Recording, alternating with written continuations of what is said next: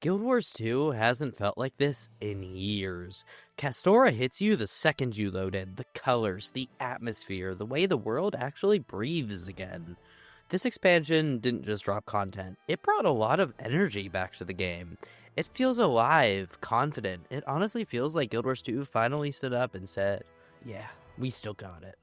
But instead of sitting here giving you the same solo review you've heard 50 times, I wanted to make this one feel a little different. So I teamed up with one of my absolute favorite creators in this community, the legend herself, Emerald, and together we're diving into Visions of Eternity. What works, what doesn't, and why this expansion might be the spark Guild Wars 2 has been missing for years. I'm Oreo, welcome back to the main quest, and let's jump right in.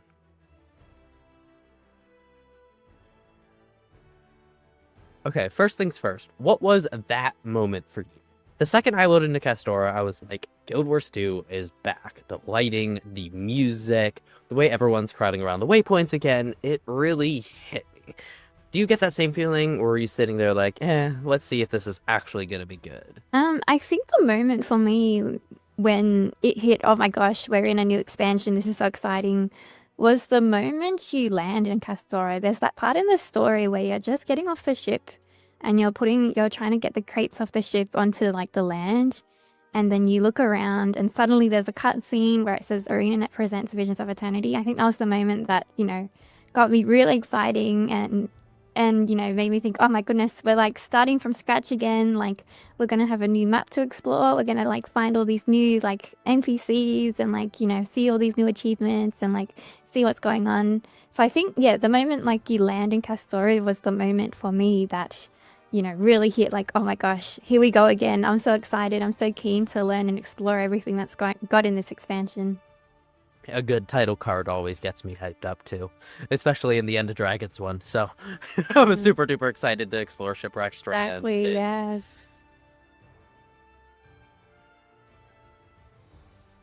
Okay. Castora has a vibe, both Shipwreck Strand and Starlit Weld. Like, it's familiar, but totally new at the same time. The map feels like a mix of Heart of Thorns and Path of Fire, and even, like, a bit of End of Dragons. Like, they've kind of mixed the best of all three of the biggest expansions for Guild Wars 2. I mean, I stop every 5 minutes just to look at the skyboxes. They're so pretty. So what about you? Did Castora pull you in, or do you feel like it's more of a one-and-done zone? And if you had to compare it to another Guild Wars 2 map, what's the one it gives you flashbacks to? Yeah, for sure. I definitely feel like Castora pulled me in for sure.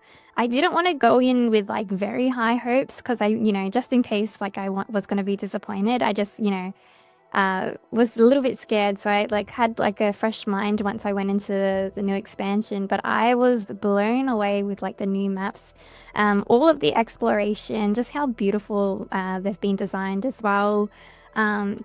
Both during the day and the night, the maps are absolutely incredible.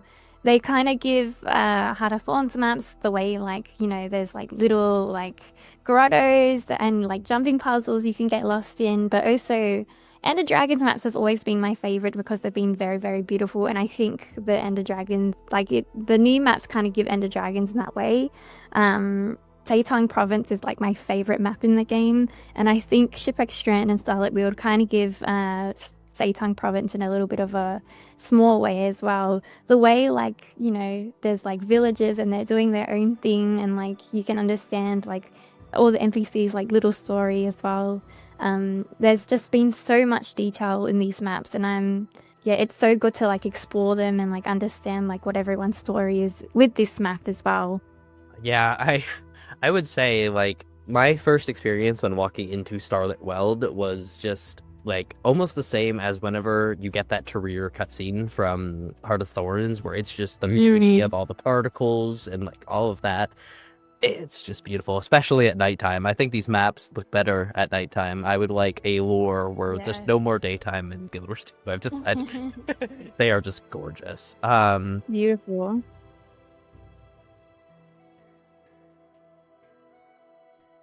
All right, let's talk about metas because these are really chaotic this year. We have Starlit Weld's meta and Shipwreck Strand's meta, which is Hammerheart. I'm gonna do this every time I'm gonna word this. So we had Hammerheart Rumble and Secrets of the Weld, which I would say Secrets of the Weld is the more longer, interesting one, and I kind of feel like it is very tied to like more like Dragon's Stand or Dragon's End, whichever one's from End of Dragons.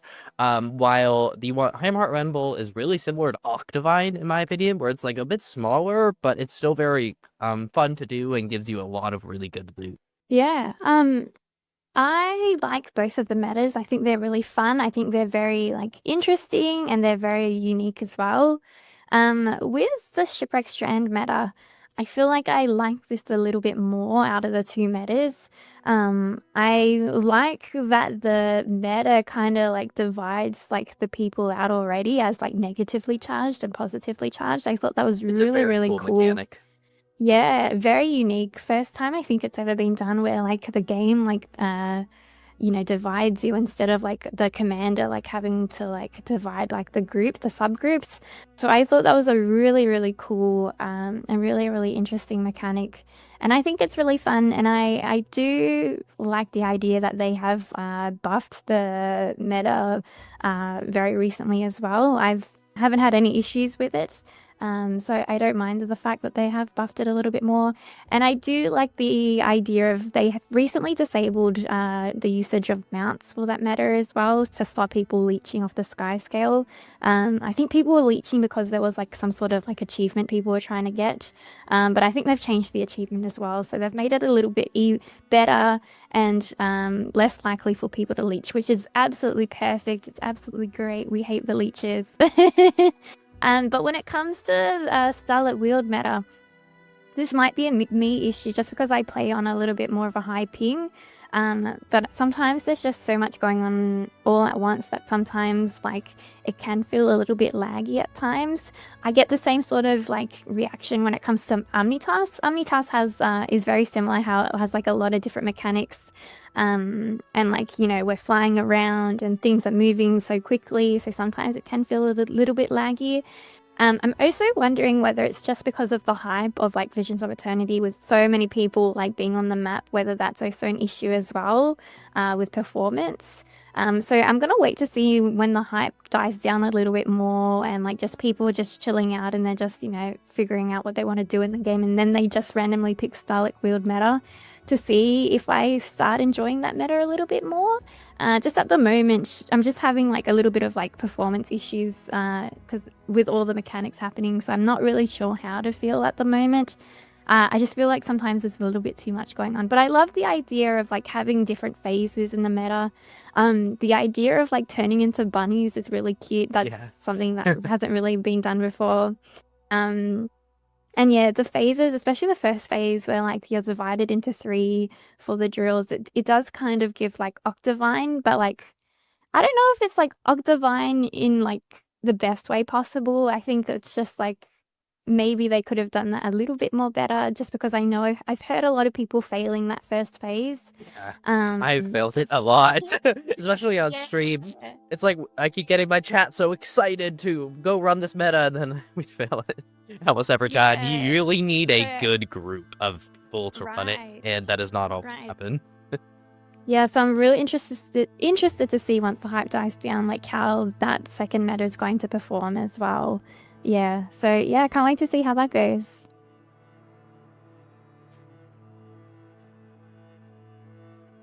Okay, I was not expecting the story to go as hard as it did. Like, it's surprisingly emotional without being very doom and gloom like previous expansions have been. I'm curious though, did it hook you from the start or did it take a bit to warm up? And without spoiling anything, how's the tone hitting you? Does it feel like a return to core Guild Wars 2 storytelling? Like, I don't know, Living World Season 3, Heart of Thorns, Path of Fire-esque? Or are we stepping into a brand new era here? Because to me, it's giving very Season 3 energy, but with like a way bigger budget. Yeah, the story was really great from the start. I've been more in touch with this story than what I have been with Janthia Wilds and Soto. And I've got to be honest, I'm actually really surprised. I'm really happy that, you know, they have taken the time to like really perfect the story, have like the timing and the balance and like the world building as well, with like tying like a lot of the collections like into like the story as well. I'm really, really impressed. And obviously, like the story building with the characters, making the characters a little bit more complex. I feel like we can like either like try and understand like the intentions of these characters a little bit more and why they're doing certain things a little bit more, which is kind of like making us more interested in the story rather than, you know, not really understanding what's going on. And then we're like, okay, we might as well just do this. We'll see what happens. But yeah, it's been absolutely incredible so far. The characters are amazing so far. Oh, the fights as well in the story have been great. They've had really amazing mechanics. I'd be really interested to see if they make those fights in the story as like strike missions or like raid encounters in the future, because they were really, really well executed. They were really well done. I can see them adding Yeah. that in patch 2 with the whole strikes/raids merger that they plan on Oh, doing. I can see absolutely. that. I'd love that if they do that. I would really love that. One of the big things in general about this expansion is there's a lot of gameplay, like new kind of things. Like last year we got the addition of heart quests, for example, or not heart quests, but the multi-layered, multi-day heart quests, where you can come back every day, redo them, get additional rewards. I would say I liked that idea last year, but they weren't super. I wouldn't say they weren't super fun to keep doing over and over again. I would say this year they are a lot more fun. Like there's a whole bartender one, which you go around making drinks, and I really enjoyed that one for some reason. But then there's like the new elite specs and the skimmer rework and the new homestead. There is a lot of just activities and features for this expansion. What excites you most, or what have you loved doing the most, and what do you think about each new reward/activity? Yeah, for day one of Visions of Eternity, I went straight into unlocking the Evoker because I was really, really excited to try out Fire Wizard Evoker. Been having the really best time with that as well. I've also tried a little bit of Antiquary, Amalgam, Heal Luminary. I think I've just started Troubadour as well, and I'm having the best time like. Oh, and Ritualist as well. I've been having the best time trying to work out each of these elite specs, and I've been really interested to hearing everyone's thoughts about like all the new like elite specs as well. So it's been really good to like gather everyone's thoughts and like try and understand them for myself as I pick another like elite spec up and try it for myself as well. I really like the skimmer rework. It's so fun like to like I love the fact that all of the mounts are turning into flying mounts. I think that's really funny. I think that's really cool. So I really like the skimmer rework. I love I think it's called Aether location, where like you can like press your F2 either location and, you know, you can find like hidden treasure. I think that's a really like nice touch to the skimmer as well. Yeah, that's a really cool mechanic, and I kind of hope that will be like a recurring thing on newer maps where they keep adding treasure no matter what, because I feel like a lot of cooler things that have been introduced in past expansions aren't always totally utilized again. Like, for example, like the jumping mushrooms from Heart of Thorns. I don't feel like we've seen those very often, and I was surprised we got them in this expansion, honestly. Right, yes. So I kind of do hope that is something we keep getting. I swear I am a literal child with the skimmer. I go in and out of the water over and over again, like I'm a dolphin, and that for some reason that is like brain rot to me. I was one of the people who like never really grinded for the skimmer masteries from I think it was Living World Season 4 or Path of Fire, or one of the two. So a lot of these, I don't think all of them are new abilities, but I do think you could do that before and go underwater and stuff. I never did that, so this was my first time actually experiencing that, and I loved it so much. Yes, and I love with the adventures and the new maps, they're like helping you use like the new features of the skimmer as well. So we've got like an adventure with the ley line gliding with the skimmer as well, and we've got one to like hit the skimmer nets with like your new barrel roll skill. as well. So those have been really fun, and like helping people utilize those new skills as well. And just going into all the little grottos areas on your skimmer, just following the ley lines has been really, really fun as well. Yeah, I don't think... Oh, yeah, what about the new homestead? I don't know if you've done much with that. I was kind of surprised that they released another homestead. I kind of thought that was going to be a one-and-done thing with ArenaNet. Yeah, I'm really happy that they've got a new homestead out. There's been an amazing homesteading community that's come out since Janthia Wilds, and I'm so glad for it. I definitely feel like we definitely needed that in the game. I'm really happy that it's a beach. I kind of like this private island like vibe. It's really cool. I haven't done so much with it other than like look at it, like see a tour of it, like just go around my own homestead and see what's going on. I'm really surprised with how big the new homestead is. Oh my god, it is so much land. It's really cool that you area. can take everything apart and use them as materials too. So like you don't even have to have it in that layout, which you obviously didn't have with Janthia. Exactly, and I feel like the homesteading aspect of the game, ArenaNet's been really good with like taking the feedback from that and trying to like work with it as well. They've been doing a really amazing homesteading updates, and I think like they really delivered on that feedback with the new Castora homestead as well. My favorite part is probably the little like hidden like grotto crystal area in the homestead. There's like a little place where in the like that grotto area where there's a little bit of like, what is it called, like a water area, but when you look down into the water you can see like leviathans like swimming right at the bottom. It's really cool, and it's cool that it's like hidden as well. It's really amazing. They've put so much effort into it. So yeah, 10 out of 10 with the homesteads. Yeah, I think this whole expansion so far, at least, it seems like it was a really good idea for them to add that extra 2 weeks onto, 2 months onto it Yeah. for release, because I think they didn't have a lot of time to take in all of the feedback from Soto and place it into Janthia, and then Janthia Right. feedback into Vision of Eternity. Like, one of the biggest things that I at least had an issue with Janthia was obviously the abrupt ending, but also just that, like, the last patch was just boring. You think there was not much to do, and it didn't last very long. So, like, it was kind of just us waiting for Visions of Eternity to do any. If you could have one character who, besides Canuck, which character would you want to show up at sometimes in Visions of Eternity? Yeah, so yeah, I was really lucky because Canuck is my favorite character, so I was very lucky that he returned. I was very excited about that. But other than Canuck, I would probably have Casimir and Marjorie kind of have like a little vacation in Castora. I think that'd be really, really cool. And then boom, turns out they have to do like some detective work.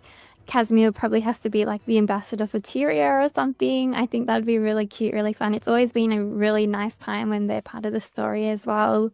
It's great. It's a nice feeling that the gang's all back together, if you know what I mean. Like it, even with Ritlock being here as well, it's a nice like touch. Like, oh, we know these people, we love them. So yeah, it's good, and I'd love Casimir and Marjorie to be back in the story for sure. Yeah, I would love to see them again. They're coming here for a vacation, but they will, of course, nothing in Guild Wars 2 happens great, so they will end up in some trouble, I have a feeling. If there was a character that I really wanted, originally I had a theory that Aurene would be actually a part of this expansion, and this is where she had went at the end of Dragons, because she had, like, quite literally, she said that she was going to go somewhere where no one has been, or somewhere quiet. Right. And I'm like, well, we know nothing about Castora. This would be a cool place for her to go. And what if the Inquests are here to try to take control of her magic or something? That would be very interesting. I don't know if that's still possible. With the way the current story is going, I haven't played as much of the story and been fully focused on it, which kind of sucks, but I'm on Path of Divinity at the moment, so I haven't completely finished. If patch 1 is already this good, ArenaNet has to keep the momentum going. So what's next? What do they need to nail to make sure this isn't just a comeback, but a full-on new era for Guild Wars 2? And what's one thing that you think they absolutely shouldn't repeat from the previous expansions? Because I feel like this could either be the start of something massive or another missed chance. Ooh, okay. This is an interesting question. I feel like what I hope for the next update is that, oh, not the next update, but the update after, when they start bringing out new maps and like the new story and stuff like that, is that I hope that the new maps are up to par with like the launch maps. I feel like ArenaNet and Guild Wars 2 have a little bit of a pattern where the launch maps are incredible, but then the subsequent maps are not really hitting the same way. It's not really as exciting. People don't really want to go around and like see what's going on. So I really hope that the new maps that come with Visions of Eternity, they kind of hit the same way. They've got more of that like exploration. They've got more of those achievements. You want people to run around and like look around and be like, wow, this is amazing to go explore. I want to be here even after like the initial hype. I think that would be incredible for them to do in the subsequent updates as well. It'd be really amazing. The other thing as well is that I think with the next part of the story, we're waiting 6 months for the new story update. So for the next update, they really, really need to hit on their story. They need to make sure that the 6 months of waiting is really worth it. Because if nothing's happening in like the next story update, people are going to be like, well, what the fuck? Why did we wait so long for like this to happen? Like it wasn't even worth the wait. So the story really, really needs to hit. It really needs to like give the people what they want. People really love the characters in this story. They really want to know where the cliffhanger is going. You know, we want to get our questions answered. So yeah, I think the story really needs to hit as well. Yeah, I think the biggest thing is that since we're only getting 3 sections of story this time, not 4 like we've gotten story for every patch before, I think. I don't know if Soda was that way, but I know that's how Champion was. I do think, since we're getting way more of it in each patch then, because I think we have 8 this time and we'll have 8 in the next one, and then 6 in the final patch. I guess it depends. I don't know. I can't remember if there's 22 or 24 chapters in Yeah, I'm not too sure.